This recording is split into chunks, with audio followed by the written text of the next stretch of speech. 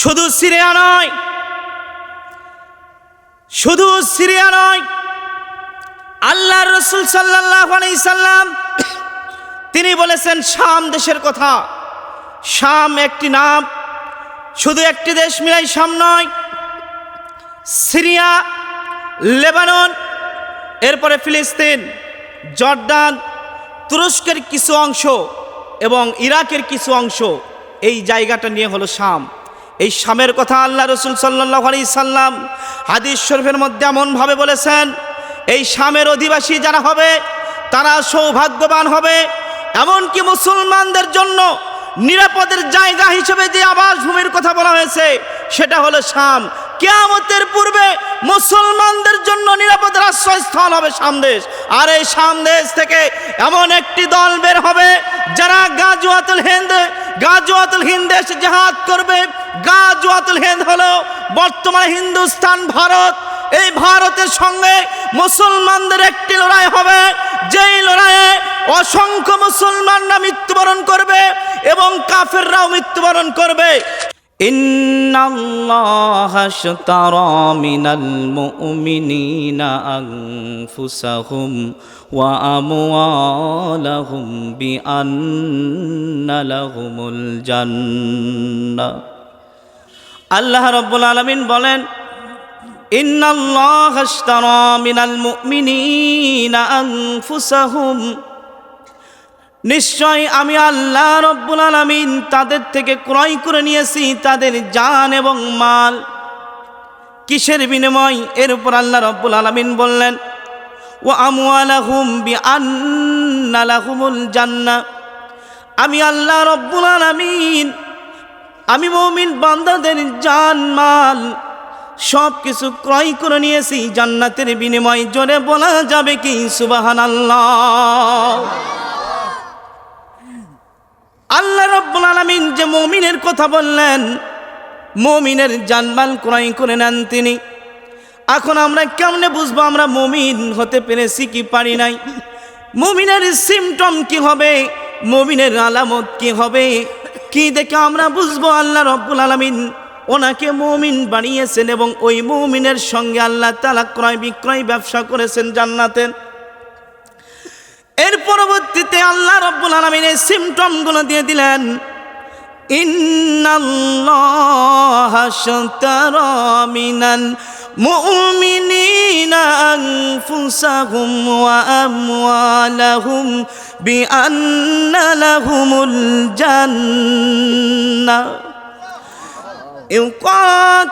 ইউকাতিলুনা ফি সাবিলিল্লাহ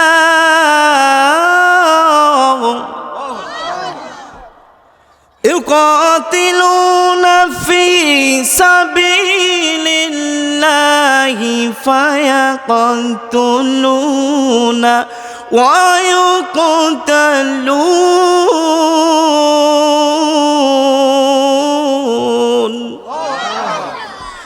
আল্লাহ রাব্বুল আলামিন পরবর্তীতে বললেন তারা হলো মুমিন, তাদের সিমটম হলো ইউকাতিলুনা ফি সাবিলিল্লাহ, তারা আল্লাহর রাস্তায় লড়াই করে, যুদ্ধ করে, মারামারি করে। কার রাস্তায় হবে? কতক্ষণ কার রাস্তায়? আল্লাহর রাস্তায় তারা যুদ্ধ করে, লড়াই করে, মারামারি করে। এরপরে তারা অন্যকে হত্যা করে এবং নিজেরাও তারা হত্যা হয়, অপরকে মারে, শত্রু পক্ষকে মারে এবং নিজেরাও মরে। এখানে আল্লাহ তাআলা লড়াই করার কথা বলেছেন, জাহিদু বা জিহাদের কথা এখানে বলা হয় নাই।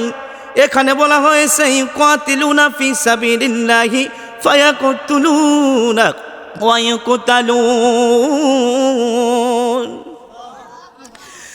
আল্লাহ রাব্বুল আলামিন এখানে বললেন তারা আল্লাহর রাস্তায় মারে এবং মরে, আল্লাহর রাস্তায় তারা লড়াই করে। এটা হলো তাদের এক নাম্বার সিমটম। এরপরে বলতেছেন ওয়াদান আলাইহি হাক্কান ফিত তাওরাত, এটা আমরা কোথায় পাবো? আল্লাহ কোথায় কোথায় এই কথাটা বলেছেন? হযরত মূসা আলাইহিস সালাতু ওয়াস সালামের প্রতি আল্লাহ রাব্বুল আলামিন একটি কিতাব নাজিল করেছিলেন। কিতাবের নাম হলো তাওরাত। কিতাবের নাম কে? আল্লাহ রাব্বুল আলামিন হযরতে মুসা নবীকেও জানিয়ে দিয়েছিলেন, সেই কিতাবের নাম হলো তাওরাত। এরপরে বলা হয়েছে ইনজিলের কথা। হযরত ঈসা আলাইহিস সালাতু ওয়াস সালাম নামে একজন নবী ছিলেন। এই নবীর প্রতি আল্লাহ রাব্বুল আলামিন নাজিল করেছিলেন ইনজিল কিতাব। এই কিতাবের মধ্যেও আল্লাহ রাব্বুল আলামিন এই কথা বলেছেন। এরপরে শেষ নবী যিনি, আপনার আমার প্রিয় নবী, হৃদয়ের স্পন্দন কলিজার চেয়েও যাকে বেশি ভালোবাসি, নিজের জীবনের চাইতেও যাকে বেশি ভালোবাসি, তিনি হলেন আপনার আমার প্রিয় নবী। নামটা সকলেই জবান দিয়ে উচ্চারণ করি, মুহাম্মাদুর রাসূলুল্লাহ সাল্লাল্লাহু আলাইহি ওয়াসাল্লাম। এই নবীর প্রতি সর্বশেষ আসমানি কিতাব যেটা নাজিল করা হলো, সেই কিতাবের নামটা কি? পবিত্র কুরআনুল কারীম। এই কুরআনুল কারীমের মধ্যেও বলা হয়েছে আল্লাহ রাব্বুল আলামিন যে মুমিনের জানমাল সব কিছু ক্রয় করে থাকেন জান্নাতের বিনিময়। এটা শুধু আমাদের নবীকেই জানান নাই, এটা শুধু আমাদের নবীর ওপর নাজিলকৃত কিতাব কোরআনের মধ্যেই জানানো হয় নাই, পূর্ববর্তী নবী রাসূলদের কিতাব তাওরাত এবং ইনজিলেও জানানো হয়েছিল। জোরে বলা যাবে কি সুবহানাল্লাহ। প্রিয় ভাইরা আমার, এতক্ষণ পর্যন্ত আলোচনা খুব ভালো লেগেছে। আল্লাহ আমাদের জানমালগুলো ক্রয় করে থাকেন জান্নাতের বিনিময়। জান্নাত আমরা পাবই আশায় আমরা বসে আছি, কথা কোন ঠিক না? জান্নাত আমরা পেতে চাই কি চাই না? এ বাবা, যেভাবে কথা বললেন একটা কথা মনে পড়ে গেল। ছোট বাচ্চা স্কুলে যাচ্ছে, মা বাড়িতে তাকে তালিম দিচ্ছে, বাবা সোজা স্কুলে যাবি, সোজা স্কুল থেকে বাড়ি আসবি। কেউ যদি কোথাও নিয়ে যেতে চায় সেখানে যেন যাস না। এখন স্কুলে গিয়ে ছাত্র বলছে, ক্লাস হচ্ছে, ক্লাস টিচার এসে জিজ্ঞাসা করতেছে, বাবারা তোমরা কে কে জান্নাতে যেতে চাও দেখি হাত তোলো তো। সবাই হাত তুলছে, কিন্তু ওই ছেলেটার হাত তোলে নাই। শিক্ষক আশ্চর্য হয়ে গেল, সবাই জান্নাতে যাওয়ার জন্য হাত তুলেছে, এই ছাত্র জান্নাতে যাবে না, ঘটনা কি? জিজ্ঞাসা করতেছে, দাঁড়াও সবাই বসো, তুমি দাঁড়াও।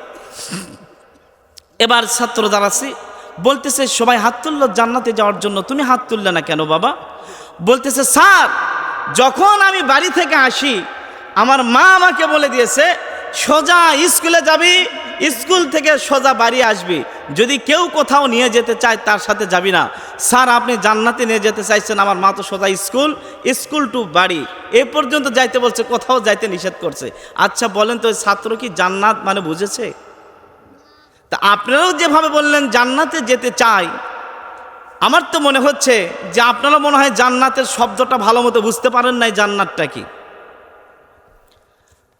জান্নাতে যেতে চাই কি চাই না? লিল্লাহ তাকবীর। আল্লাহ রাব্বুল আলামিন কবুল করুন, আমাদের সবাইকে আল্লাহ রাব্বুল আলামিন সাথে বসবাস করার তৌফিক দান করুন, সকলে বলে আল্লাহুম্মা আমিন। প্রিয় ভাইরা আমার, আল্লাহ রাব্বুল আলামিন বললেন, ইউকাতিলুনা ফি সাবিলিল্লাহি ফায়াকতুলুনা ওয়া ইউকতালুন। তারা আল্লাহর রাস্তায় লড়াই করে, তারা মারে এবং মরে। এই আয়াতের অর্থ হলো, আমরা হয়তোবা ভাবতে পারি হুজুর মুসলমানরা যুদ্ধ করবে, মুসলমানেরা কেন মরে? আল্লাহ রাব্বুল আলামিন তিনি বললেন তারাও মরে এবং তারা মারে।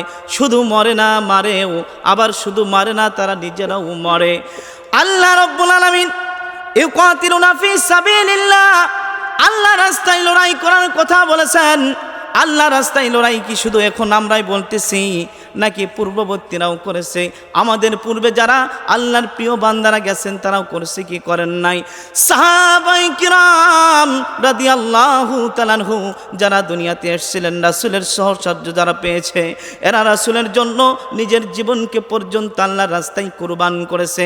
আল্লাহর নবীর হাদিস, ওয়া আন আনাস রাদিয়াল্লাহু তাআলা আনহু আন্নাহু ক্বালা রাসূলুল্লাহ সাল্লাল্লাহু আলাইহি ওয়াসাল্লাম, লা ইউমিনু আহাদুকুম হাত্তা আকুনা হাব্বা ইলাইহি মিন ওয়ালিদিহি ওয়া ওয়ালাদিহি ওয়ান নাসি আজমাইন। আল্লাহ রাব্বুল আলামিনের রাসূল সাল্লাল্লাহু আলাইহি সাল্লাম বললেন, তোমরা ততক্ষণ পর্যন্ত মুমিন হতে পারবে না লা ইউমিন, ততক্ষণ পর্যন্ত মুমিন হতে পারবে না। কতক্ষণ পর্যন্ত আমরা মুমিন হব না? যতক্ষণ পর্যন্ত আমাদের জান, আমাদের মাল, আমাদের স্ত্রী পুত্র, আমাদের সংসার, আমাদের ব্যবসা, আমাদের বাণিজ্য, আমাদের চাকরি, এই সব কিছুর চাইতে যতক্ষণ পর্যন্ত আমাদের নবীকে ভালোবাসতে না পারবো, ততক্ষণ পর্যন্ত আমরা মুমিন হতে পারবো না। এটা আমার কথা নাকি রাসূলের কথা? আল্লাহর নবী মুহাম্মদুর রাসূলুল্লাহ সাল্লাল্লাহু আলাইহি ওয়াসাল্লাম তিনি বললেন, ততক্ষণ পর্যন্ত মুমিন হতে পারবা না যতক্ষণ পর্যন্ত তোমাদের সব কিছুর চাইতে আমি রাসূলকে বেশি ভালোবাসতে না পারবা। আসুন আমরা এবার সাহাবায়ে আজমাইনদের জীবনীগুলো একটু পর্যালোচনা করে দেখি, তারা কেমন রাসূলকে ভালোবেসেছিল। আল্লাহর নবীর একজন সাহাবী, এই সাহাবী আল্লাহর রাসূলের সঙ্গে যখন থাকতেন, কাফেররা দেখে তারা জ্বলে যাচ্ছিল, কাফেররা জ্বলতেছিল। হযরতে খুবাইব রাদিয়াল্লাহু তাআলা আনহু এই সাহাবীর নাম। কাফেররা চিন্তা করলে একে রাসূলের কাছ থেকে সরে আনতে হবে এবং রাসূলের সাথে যেন আর থাকতে না পারে সেই ব্যবস্থা আমাদের করতে হবে। গোপনে গোপনে গোয়েন্দা দিয়ে এই সাহাবীকে গ্রেফতার করা হলো, বন্দী করা হলো। এবার কাফেরদের কাছে নিয়ে যাওয়া হলো। কাফেররা তাকে শুলি চোনায়া দিল। শুলি চোনায়া দিয়ে জিজ্ঞাসা করতেছে, ও খুবাইব, তোমাকে আমরা ছেড়ে দেব, শর্ত হলো একটা, তোমাদের নবীকে তো আমি ধরতে পারতেছি না, তাকে তো আনতে পারতেছি না, অতএব তোমাকে তো আমরা হত্যা করব, তবে ছেড়ে দেব, একটা শর্ত আছে। বলে কি শর্ত?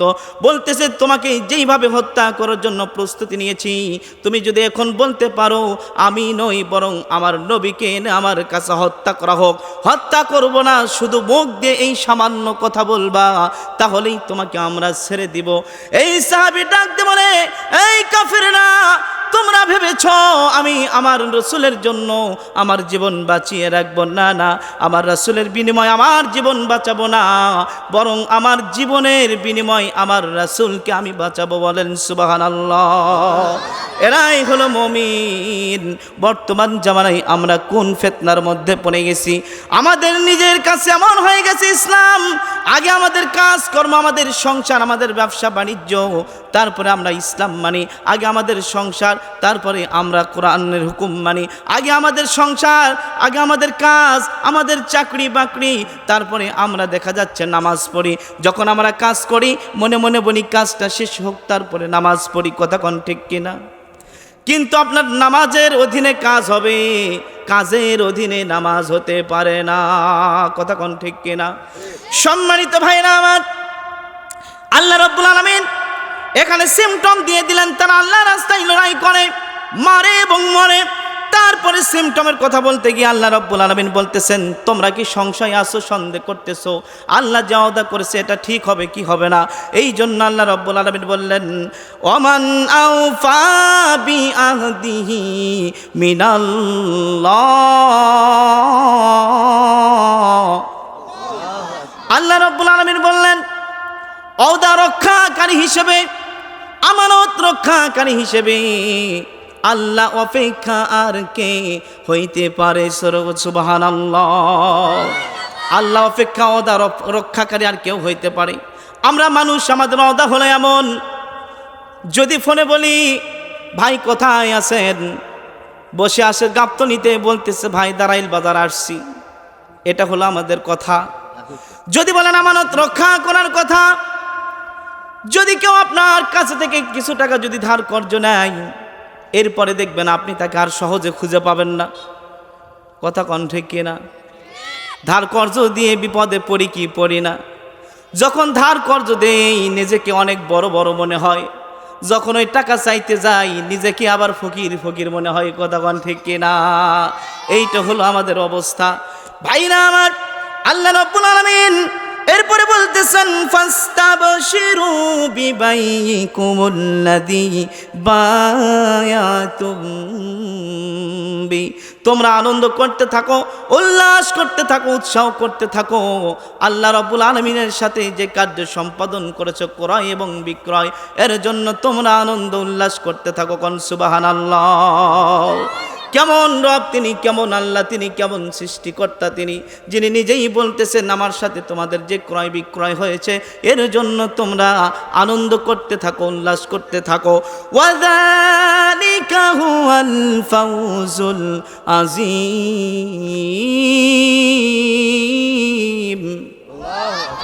আল্লাহ রাব্বুল আলামিন বললেন তারাই তো প্রকৃতপক্ষে সফল কাম হয়েছে, তাদেরকে সুসংবাদ দান করো। সম্মানিত ভাইরা আমার, আল্লাহ রাব্বুল আলামিনের সিমটম আমরা পেলাম যে কি হলে মুমিন হতে পারবো। এরপরে আরো সিমটম আছে। এই সিমটমগুলো বলার আগে আমাদের কিছু কথা জানার দরকার। আল্লাহর পথে জিহাদ করার কথা, আল্লাহর পথে লড়াই করার কথা। আল্লাহ রাব্বুল আলামিন যেমনইভাবেই কুরআনুল কারিমে নামাজের কথা বলেছেন, রোজার কথা বলেছেন, হজের কথা বলেছেন, যাকাতের কথা বলেছেন। এই ইবাদতগুলো যেমন ফরজ করে দিয়েছেন, আরেকটি ইবাদত ফরজ করে দিয়েছেন, যেটা হলো মুসলমানদের জন্য জিহাদ করা। কথা কোন ঠিক কিনা? তবে আমরা নামাজ পড়ি, রোজা করি, কোনো সমস্যা হয় না। হজ ফরজ হলে হজ আদায় করি, কোনো সমস্যা হয় না। যাকাত ফরজ হলে যাকাত আদায় করি, সমস্যা হয় না। সমস্যা তো হয় তখন ডাক করে যাই আল্লাহ রাস্তায় লড়াই করার জন্য, যখন কথা কোন ঠিক কিনা?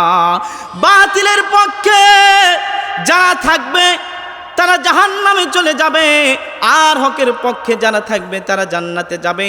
হক আর বাতিলের জন্য লড়াই করার জন্য, বাতিলের সঙ্গে যখন লড়াইয়ের ডাক এসে যাবে, বাতিলের বিপক্ষে লড়তে হবে, হকের পক্ষে থাকতে হবে। এই দলটির নাম হলো হিজবুল্লাহ। দলটির নাম কি?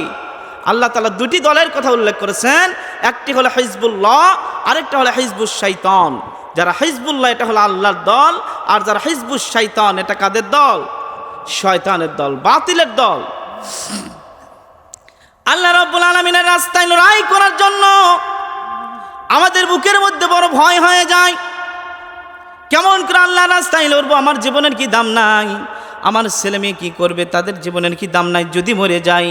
আল্লাহ রাব্বুল আলামিন বলে যারা আল্লাহর রাস্তায় লড়াই করতে করতে মৃত্যুবরণ করবে তারা শহীদি মর্যাদা লাভ করবে, আর যারা শহীদি মৃত্যুবরণ করবে তাদের জন্য দুনিয়ায় পারে চক্ষু বন্ধ করে মৃত্যুবরণ করলে জান্নাত হলো তাদের পরপারে। কথা কোন ঠিক কিনা? সম্মানিত ভাইরা আমার, আল্লাহ রাসূল সাল্লাল্লাহু আলাইহি সাল্লাম বলেছেন মুমিন ব্যক্তিদের জন্য মৃত্যু হলো একটা সেতু, একটা বন্ধন। এই সেতুর এই পারে যেমন একটি পার থাকে, ওই পারে যেমন আরেকটি জায়গা থাকে। মৃত্যু হলো মুমিনদের জন্য এরকম, এই পারে দুনিয়া আর ওই পারে হলো জান্নাত। সুবহানাল্লাহ।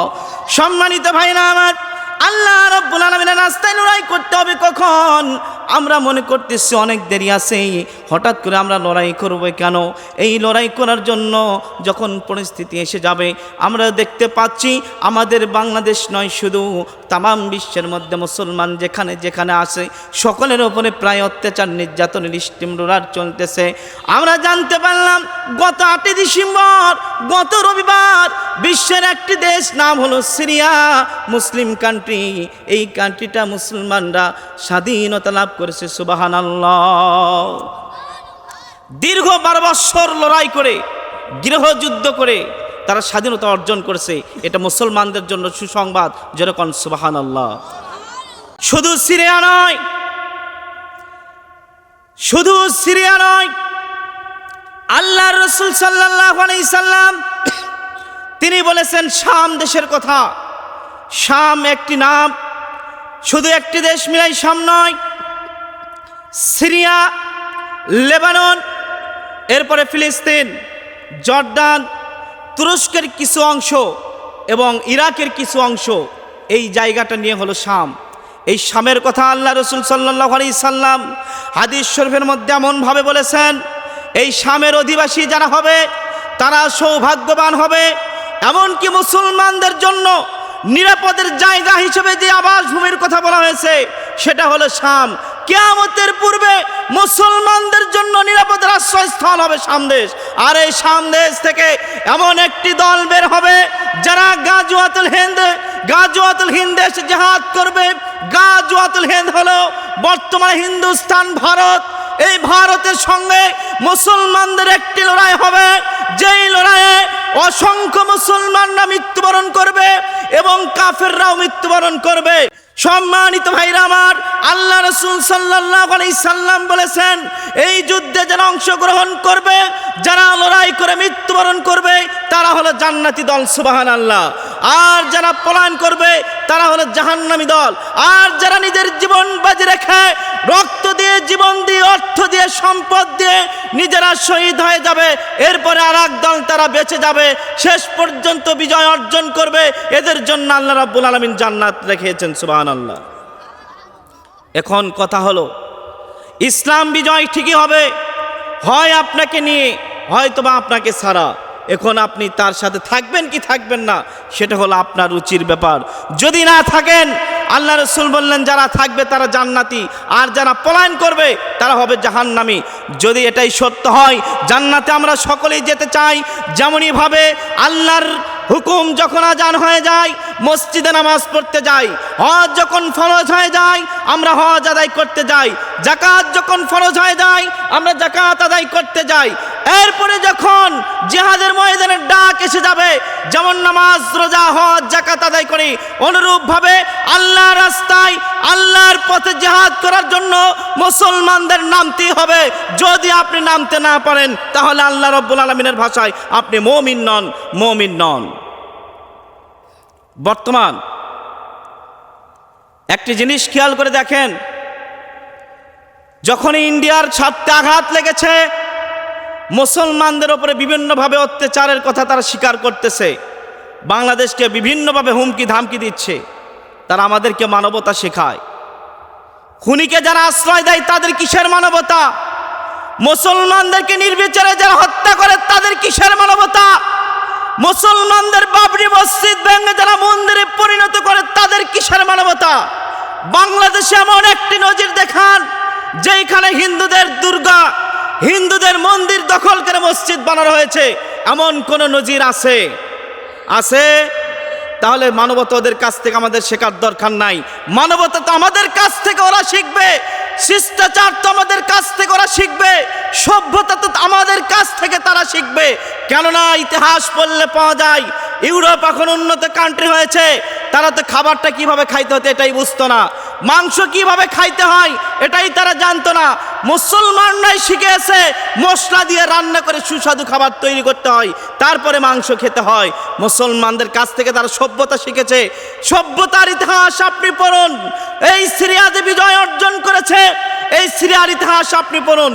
শুধু আজকে নয়, খ্রিস্টপূর্ব 10,000 বছর পূর্বে প্রাচীন সভ্যতার ইতিহাস গড়েছিল মিশর, প্রাচীন ইতিহাস গড়েছিল এই সিরিয়া। এই সিরিয়া এটা শুধু আজকের বিজয় নয়, মুসলমানরা এটাকে শাসন করেছে। এই দিল্লি শুধু আজকে হিন্দুদের নয়, এই দিল্লি 1206 সাল থেকে 1803 সাল পর্যন্ত মুসলমানরা শাসন করেছে। দীর্ঘ 700 বছর মুসলমানরা শাসন করেছে যেই দিল্লি, আর আজকে সেই দিল্লি তারা দুদিন হলে পেয়ে মুসলমানদেরকে তারা হুমকি দেয়। এই হুমকির দাম নাই। ওদের থাকতে পারে অস্ত্র, ওদের থাকতে পারে জনগণ, এবং আমাদের আছে ঈমান, আছে আমাদের মনোবল। কথা কন ঠিক কিনা? যদি কেউ আমাদের এই মাতৃভূমি বাংলাদেশের উপর আক্রমণ করতে চায়, যদি কেউ মুসলমান হিসেবে আমাদের উপর অত্যাচার করতে চায়, আমরা মাঝে বসে থাকবো না।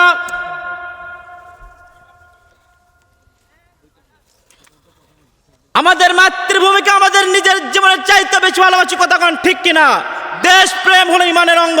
এই দেশের প্রতি যদি কেউ বাঁকা চোখ দিয়ে তাকায়, আমরা মেনে নেব না, আমরা প্রতিবাদ করব। কথা কন ঠিক কিনা?